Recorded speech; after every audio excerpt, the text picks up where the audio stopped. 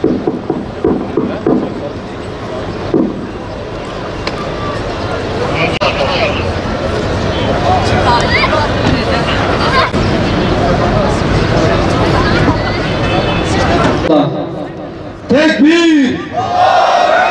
Tekbir! Allahu Ekber!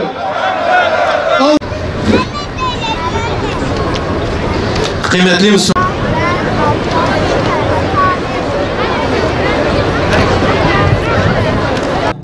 Bismillahirrahmanirrahim. Allah yolunda öldürülenleri ölü saymayın. Bilakis onlar Rableri katında diridirler. Ali İmran 169.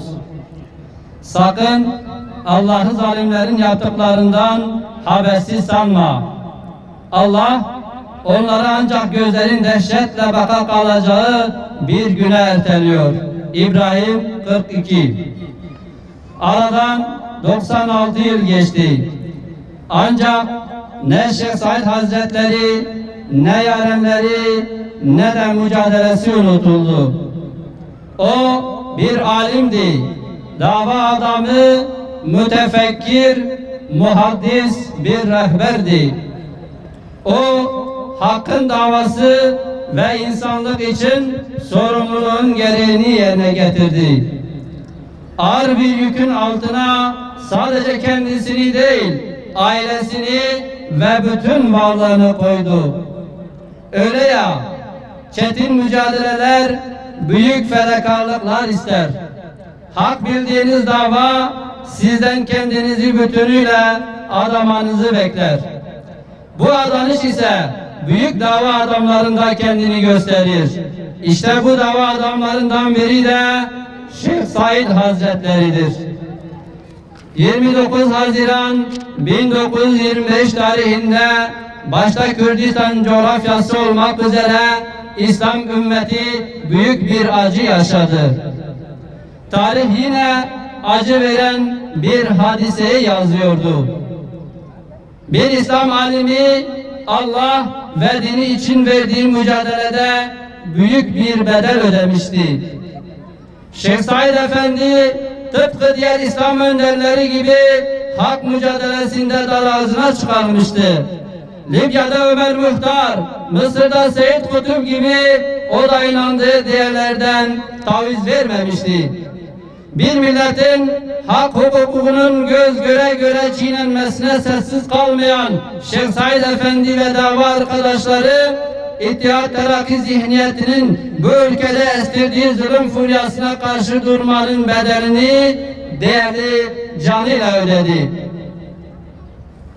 Şeyh Said Efendi yüce bir davaya baş koymuştu. Mukaddes dava uğruna değersiz dallarda asılmaya perva etmemişti. O şehadet şerbeti içerek Rabbine kavuşurken geride büyük bir miras bıraktı.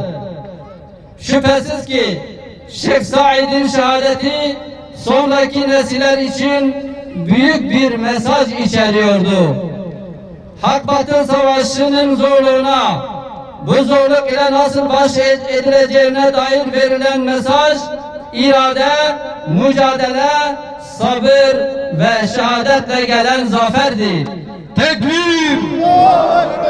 Tekbir! Tekbir! Hiç şüphesiz başta Müslüman Kürt milleti olmak üzere İslam ümmetinin yiğit davaları Şeyh Said Efendi ve onun gibi rehberleri unutmayacak. Hep hayırla yad edecektir.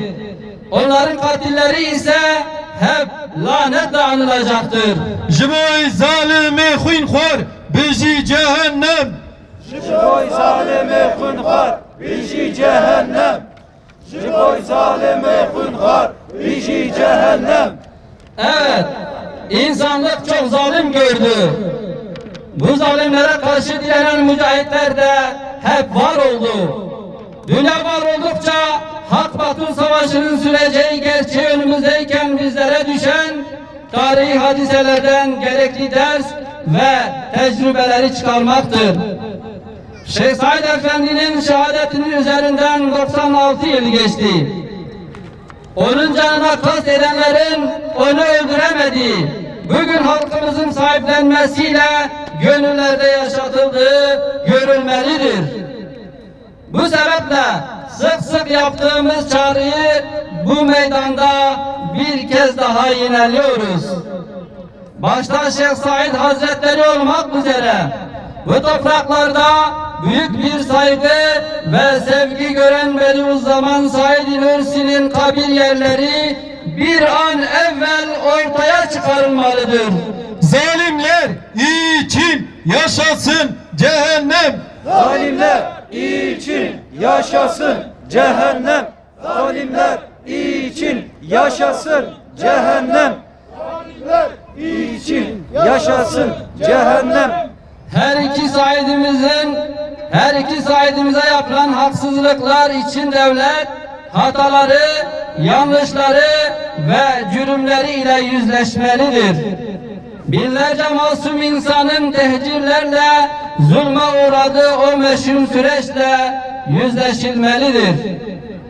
Şehadetlerinin 96. yılında Şeyh Said ve dava arkadaşlarını bir kez daha rahmet, minnet ve hürmetle anıyoruz. Allah'tan niyazımız benzer acılarla bir kez daha yüzleşmemektir.